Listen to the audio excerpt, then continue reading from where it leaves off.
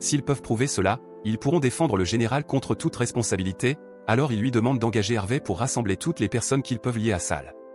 Cette nuit-là, Harvey rapporte que Carl a refusé de témoigner pour leur affaire, tandis que Sal et son avocat ont disparu. Cependant, le manager de l'avocat s'avère être Annie, bien qu'elle soit une utilisatrice de substances. Néanmoins, Alec décide de poursuivre Annie en tant que témoin. Il visite plus tard l'appartement d'Annie, mais rencontre seulement sa colocataire, qui exige un paiement en échange de l'emplacement d'Annie. Alec se rend ensuite à l'adresse et trouve Annie dans un appartement où se cachent les utilisateurs de substances. Il lui assure qu'il veut seulement son témoignage sur Sal, promettant que rien de ce qu'elle dira ne sera utilisé contre elle. Pour parler en privé, Alec lui propose de la ramener chez elle, mais elle refuse, alors il la conduit chez lui. Presque immédiatement, la femme ivre s'endort dans son lit, et Alec la laisse se remettre. Le matin, cependant, il découvre qu'elle est déjà partie. Il rapporte cela à McAllister, qui décide de laisser Harvey travailler avec leur témoin à la place. Cependant, Alec insiste sur le fait qu'il peut faire parler Annie. McAllister lui rappelle qu'il s'agit de leur plus grand cas et que leur seul espoir réside en Annie, donc si Alec s'implique trop, il pourrait les condamner. Malgré cela, Alec rencontre Annie à son appartement, mais il est surpris de la trouver de bonne humeur. Il lui demande immédiatement si Sal a soudoyé Poole, mais elle plaisante en disant qu'elle a d'abord besoin d'un avocat. Alec lui assure qu'il n'utilisera les informations qu'elle partage qu'avec son consentement. Annie est toujours partagée à ce sujet, d'autant plus que son fournisseur de substances arrive. Elle emprunte de l'argent à Alec pour payer le produit, qu'elle consomme immédiatement. Voyant cela, Alec lui propose de l'aider à se remettre de sa dépendance, et la femme l'accuse de vouloir la réparer puisqu'elle est facile à manipuler. Alec défend qu'il l'aime simplement, et Annie commente qu'il tombait pour une femme dépendante comme elle prouve qu'Alec est aussi brisé. Certain qu'il est intéressé, Annie enlève son chemisier et emmène l'homme dans son lit, bien qu'elle s'endorme dès qu'elle touche le matelas. Plus tard dans la journée, Alec dit à McAllister qu'il envisage de représenter Annie. Cependant, Harvey a découvert qu'Annie n'est pas seulement dépendante des substances, mais qu'elle a aussi un dossier contre elle pour avoir manqué 4 mois de loyer. Alec argue qu'Annie refuse de faire sa déclaration à moins qu'il ne l'aide, mais Harvey ajoute que la femme est toujours mariée à Phil Anwar, le patron de la mafia. Cela signifie que leur affaire pourrait être liée à la mafia.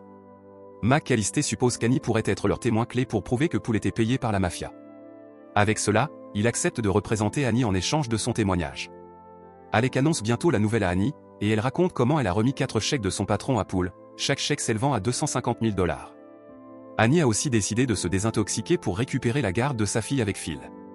Quelques jours plus tard, les avocats rencontrent Rand, qui s'inquiète du fait que Poole ait quitté le pays. Cependant, McAllister pense que l'action de Poole ajoute du poids à sa culpabilité, avec le témoignage d'Annie. En revanche, Rand n'a pas confiance en une femme de mafieux qui lutte contre la dépendance. Cela donne de l'importance à la guérison d'Annie, alors Alec lui rend visite pendant qu'elle séjourne à l'hôpital. Rapidement, la femme initie une relation intime, mais il refuse car cela pourrait ruiner leur affaire. Déçue, Annie lui dit simplement de la tenir. Une fois Annie sortie de l'hôpital, elle découvre que son appartement a été saccagé, alors Alec lui propose de rester chez lui. Avant d'aller chez lui, Annie visite sa fille, Sarah, chez Phil. Elle demande aussi à son mari de discuter du partage de la garde de Sarah, mais lorsque Phil l'invitait à entrer dans la maison pour parler, Annie hésite. Lorsqu'Annie arrive chez Alec, il la trouve meurtrie. La femme se dirige directement vers le lit et enlève sa robe pour se reposer, expliquant que Phil a découvert qu'elle avait ajouté Alec comme contact d'urgence dans l'établissement de désintoxication. À cause de cela, il l'a agressée pour lui rappeler de ne pas lui parler de ce qu'elle savait. Enragé, Alec décide de s'en prendre à Phil, mais Annie argue qu'il ne pourra pas l'arrêter avec des papiers. Elle pleure car il a aussi sa fille, et Alec réconforte la femme. Il lui révèle que le procureur de district poursuit Phil depuis des années, et qu'elle peut leur fournir les preuves nécessaires pour l'envoyer en prison. Cependant, Annie sait qu'ils risqueront tous les deux leur vie s'ils s'attaquent à Phil. Sur ce, elle donne à l'avocat l'opportunité de sortir de sa vie pour se sauver, mais il refuse. Un autre jour, Phil confronte Alec au sujet de sa femme. L'homme avertit qu'il n'a pas encore de raison de lui nuire, d'autant plus qu'Annie semble bien se comporter grâce à lui. Cependant, lorsque Phil voudra qu'Alec disparaisse, ce sera facile pour lui de le faire. Quant à Annie, il n'a qu'à lui donner quelques substances, et elle retombera. Inquiet, Alec rentre chez lui et découvre que la femme est partie, laissant des preuves qu'elle a utilisé le « cadeau » de Phil. Heureusement, Annie revient ce soir-là. Elle passe du temps à se sentir coupable sous la douche avant de faire face à Alec à propos de sa rechute. Il lui demande quand elle a commencé à consommer des substances, et elle admet que Phil l'Y a conduite. Elle a trouvé du réconfort dans cela et revenait aux substances illicites chaque fois que la vie devenait difficile. Maintenant, elle ferait n'importe quoi pour consommer, alors Annie avertit Alec de ne pas rester avec elle. Comme pour prouver sa désespoir, elle commence à l'embrasser, mais l'homme la plaque contre le mur. Cependant, ils cèdent rapidement, menant à leur première nuit ensemble. Alec l'inscrit alors à un autre centre de désintoxication le lendemain avant de rencontrer Ben et McAllister. Pour gagner les plus grands procès de leur cabinet, un avocat débutant doit convaincre la belle mais troublée femme d'un patron de la mafia de se rallier à sa cause. Cependant, tomber amoureux d'elle met en danger à la fois son dossier et leur vie. Annie marche en direction du bâtiment de la justice, passant devant l'avocat débutant Alec, qui la remarque. Au tribunal, un Alec nerveux se retrouve sans son supérieur. Heureusement, la cour est suspendue pour le déjeuner, ce qui lui permet de faire son rapport à son patron, Ben, qui apprend que leur témoin a refusé d'admettre qu'ils avaient mis leur client sur écoute. Imperturbable, Ben lui conseille que pour être un grand avocat, il suffit de faire croire aux gens qu'il l'est. Il promet également de lui envoyer un nouveau témoin pour l'aider dans son affaire. Avec cela, Alec retourne au tribunal et contre-interroge le témoin, Tierney. Tierney nie avoir rencontré l'écouteur, Carl, mais lorsqu'Alec lui remet une copie de son contrat avec l'homme, le témoin confirme qu'ils ont travaillé avec lui. Cependant, il précise que Carl a aussi travaillé pour de nombreuses autres entreprises. Juste à ce moment-là, l'écouteur, Carl, arrive, ce qui rend Tierney nerveux. Il admet alors que son entreprise a embauché Carl pour enquêter, mais affirme qu'il n'a jamais autorisé d'écoute. Prenant un risque, Alec bluffe en disant que la spécialité de Carl est l'écoute, donc l'entreprise aurait dû savoir qu'il fournirait ce service. Coincé, Tierney avoue avoir délibérément embauché Carl pour les écoutes, choquant la salle d'audience. Plus tard, Annie est approchée par le lien de l'entreprise, Harvey. Alec, qui est interviewé par des journalistes à proximité, les repère et salue la femme en partant. L'après-midi, le mentor d'Alec, McAllister, le félicite pour sa victoire. Il mentionne ensuite qu'ils ont été engagés pour défendre l'US Safety Warehouse, qui a perdu 2,1 milliards de dollars de pétrole. Cela surprend Alec étant donné l'ampleur du cas pour sa carrière. En même temps, le procureur de district, Ray, apprend l'affaire par son associé, Sid. Sid explique qu'un ancien criminel nommé Sal Martini a acheté 10 millions de dollars de pétrole, puis l'a stocké dans l'entrepôt. Sal a ensuite pris son reçu de l'entrepôt, sur lequel il était inscrit qu'il était propriétaire du pétrole, et l'a donné à une banque comme garantie pour un prêt de 8 millions de dollars. Ensuite, le pétrole de l'entrepôt a disparu. Il est allégué que Sal a pris à la fois le pétrole de 10 millions de dollars et son prêt de 8 millions de dollars, a acheté plus de pétrole avec, et a répété l'escroquerie jusqu'à acquérir 2 milliards de dollars. Cependant, Sal Martini était un criminel condamné qui n'aurait probablement pas obtenu les 10 millions de dollars initiaux, donc il soupçonne qu'il a reçu un prêt du patron de la mafia, Phil Anwa. Intéressé par la capture du boss de la mafia, Ray dit à Sid de parler directement à Phil à ce sujet. Ainsi, Sid rencontre plus tard Phil chez lui, insinuant qu'il le soupçonne d'avoir donné à Sal son capital. Phil ne confirme ni ne nie cela. Le lendemain, McAllister et Alec rencontrent leur client, le général Rand, qui était propriétaire de l'US Safety Warehouse. Rand insiste sur le fait qu'ils ont gardé tout sécurisé et bien documenté dans l'entrepôt, donc McAllister suggère que l'équipe de la poursuite a simplement déposé la plainte après que des rumeurs aient commencé à circuler. McAllister promet de gagner l'affaire, et étant donné la récente victoire d'Alec, Rand leur fait confiance. Il offre même une épée à Alec, le rejoignant dans la « classe des guerriers ». Après que les avocats partent, cependant, Alec craint d'avoir laissé ses espoirs trop élevés. McAllister lui conseille qu'un client plein d'espoir est plus facile à gérer. S'ils perdent, ils ne les reverront pas, donc cela ne comptera pas. Bientôt, le pré-procès commence et Alec apprend que l'avocat principal de l'équipe de la poursuite est Rosencrantz. Rosencrantz invite plus tard l'équipe de défense à parler en privé, demandant à McAllister ce qu'il prévoit de faire. L'avocat confirme qu'ils iront au procès, ce qui déçoit Rosencrantz. Il affirme que leur client a fourni à un ancien criminel un reçu déclarant qu'il possédait les 2 milliards de dollars de pétrole qui n'existaient pas. De plus, il révèle que le gouvernement a embauché le même écouteur, Carl, pour vérifier la sécurité de l'entrepôt, dont le témoignage a permis à Alec de gagner son affaire la semaine dernière. Cela suggère que l'US Safety Warehouse pourrait également être impliqué dans des écoutes illégales. En conséquence, Alec dit plus tard à son mentor qu'il soupçonne que le responsable de l'entrepôt, Whitman Poole, ait pu conspirer avec Sal. Ben leur dit que Poole est revenu et a affirmé qu'il avait fui par peur d'être accusé. Juste à ce moment-là, le général appelle, alors McAllister lui assure qu'ils ont toujours Annie pour témoigner. Après l'appel, Alec révèle qu'Annie est de retour en désintoxication, ce qui pourrait faire d'elle un témoin peu fiable. Il admet également que sa rechute pourrait être de sa faute, et McAllister le gronde pour s'être impliqué avec la femme.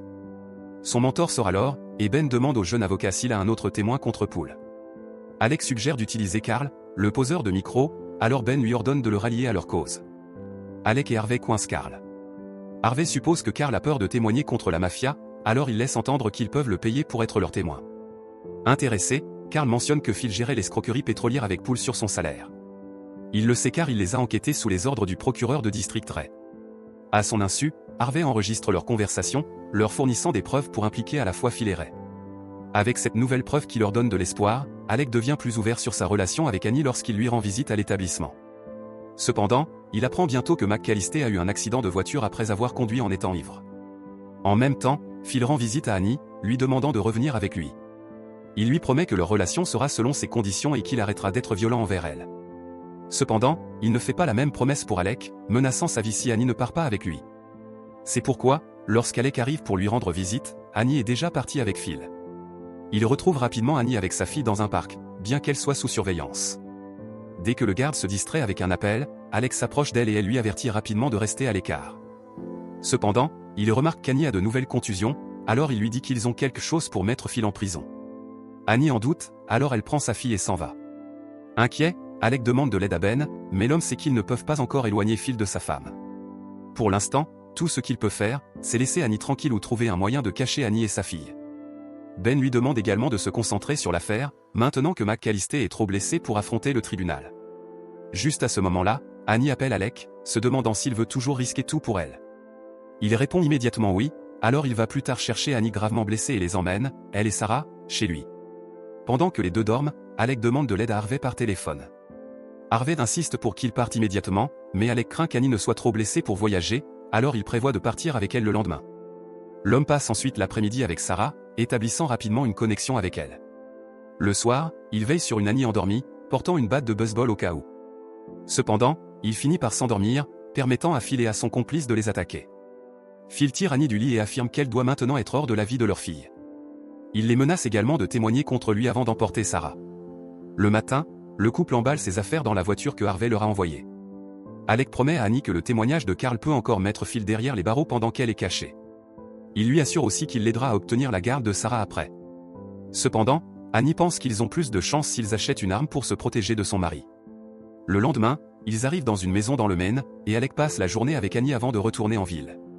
Un jour, il approcherait pour lui faire savoir que Carl sera leur témoin. Le procureur de district suggère que l'homme pourrait finir en prison s'il va à l'encontre de l'accusation, mais Alec révèle l'enregistrement qui a capté la confession de Carl ayant travaillé pour Ray. Cela lui permet de convaincre Ray de laisser Carl témoigner contre Phil en échange du crédit pour l'avoir trouvé comme témoin. Il appelle Annie pour lui donner la mise à jour, mais elle lui annonce aussi qu'elle a acheté une arme, craignant que Phil ne la retrouve. Juste à ce moment-là, Ben le repère. Soupçonnant qu'il travaille sur autre chose que leur affaire, il le prévient que s'il ne gagne pas, il sera renvoyé. Avec cela, Alec travaille d'arrache-pied pour gérer à la fois l'affaire du dépôt de sécurité des États-Unis et l'affaire contre Phil. Cela déraille lorsqu'il apprend que Carl a été tué. Lorsqu'il arrive à son bureau, Alec trouve Rand qui l'attend, lui demandant de ramener Annie pour témoigner pour lui. Il lui assure qu'elle sera en sécurité puisqu'il a déjà parlé à Ray de sa protection, mais Alec doute que le bureau du procureur de district puisse la protéger, étant donné que Carl vient d'être assassiné. C'est pourquoi, lorsque Ray lui demande des nouvelles d'Annie, Alec ment en disant qu'il ne sait pas où elle est. Il retourne aussi auprès d'Annie et achète des seaux de crâne de poisson sabre. Il trempe les crânes dans de la peinture luminescente et les répartissent autour de la maison, servant de signal au cas où quelqu'un essaierait de s'approcher. Enfin, le procès commence, avec Alec à la tête de l'équipe de défense. Lors de son discours d'ouverture, il montre au jury comment l'entrepôt vérifiait habituellement le contenu d'un réservoir de pétrole, soulignant que Sal n'aurait pas pu tromper ses clients sans que Poole ne conspirait avec lui. Il explique au jury que l'entrepôt de sécurité des États-Unis a été victime d'une fraude via Poole. Pendant la pause déjeuner, Alec voit Sarah signalée comme disparue à la télévision. Il pense que c'est pour attirer Annie, alors il l'appelle immédiatement, mais elle est déjà partie. Avec la disparition d'Annie, Alec est trop distrait pour assister au tribunal, il quitte donc la session et appelle Ray. L'avocat admet avoir créé le faux reportage pour attirer Annie, qui est déjà en route vers la ville. Ray menace de l'inculper pour obstruction à la justice pour avoir caché Annie, et lui ordonne de convaincre Annie de coopérer contre Phil. Cette nuit-là, Annie s'excuse d'être tombée dans le piège de Ray. Ray lui a demandé de témoigner contre Phil et Poole, et Alec se demande si elle a suffisamment d'informations contre son mari. Elle dit oui, alors Alec accepte de se mettre en protection des témoins avec elle. L'affaire de l'entrepôt de sécurité des États-Unis continue le lendemain, et Poole affirme que Carl est responsable de ne pas avoir surveillé les réservoirs comme il en avait la charge. Lors du contre-interrogatoire d'Alec, il demande à Poole pourquoi le Conseil de sécurité des États-Unis et le général Rand sont poursuivis au lieu de lui, alors qu'il était responsable de l'approvisionnement de l'entrepôt. L'homme répond que c'est parce qu'il n'a pas d'argent. Suite à cette déclaration, Alec mentionne que Poole travaille actuellement dans un parc d'attractions appartenant à la famille de Phil Anwar. Cela remet en doute la crédibilité de Poole, et Alec termine son contre-interrogatoire. Il appelle ensuite Annie à la barre, mais Rosencrantz informe le juge qu'il n'a été averti qu'hier soir qu'Annie était témoin, ce qui signifie qu'il n'a pas eu le temps de l'enquêter. Cependant, Alec défend que Annie est une témoin du gouvernement, dont la protection a été approuvée seulement la veille. Le juge permet alors à Annie de témoigner. Annie prend la parole et, sous l'encouragement d'Alec, elle commence par avouer leur relation. Elle confirme qu'elle a rencontré Paul lorsqu'elle lui a remis une enveloppe de la part de l'avocat de son employeur, Sal, il y a 2 ans. Elle raconte qu'elle lui a dit qu'elle savait ce qu'il y avait dans l'enveloppe et qu'elle était la femme de Phil Anwar. Elle se souvient également que Paul s'est vanté d'avoir déposé le chèque de 250 000 $ sur un compte bancaire suisse. Elle a ensuite livré 3 autres chèques, soit un total de $1 million que Paul a reçu. L'argent payé à Paul a ensuite été remboursé par son mari, Phil. Avec cette révélation de culpabilité, Paul quitte précipitamment la salle d'audience, mais Harvey le capture rapidement. Ses actions prouvent sa culpabilité, et le lendemain, Harvey appelle Alec pour le féliciter d'avoir gagné l'affaire. Cependant, Phil a obtenu un accord pour retarder son arrestation et son procès afin de régler ses affaires.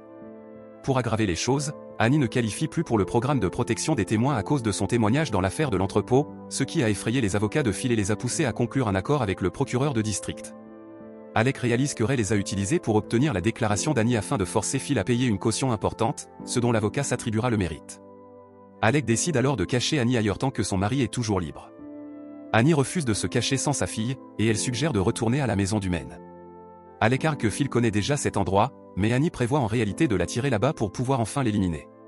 Elle affirme que vivre torturée et éloignée de son enfant ne vaut pas la peine, et si le système judiciaire ne peut pas la protéger, elle le fera elle-même. Réalisant qu'elle a raison, Alec décide de l'aider. Ils retournent donc au Maine, où Harvey les rejoint également. Ils réussissent à obtenir une protection temporaire de la part du FBI, mais un seul agent, Larry, est envoyé. Ne prenant pas de risques, Alec et Annie passent la nuit ensemble, armés et prêts à se battre.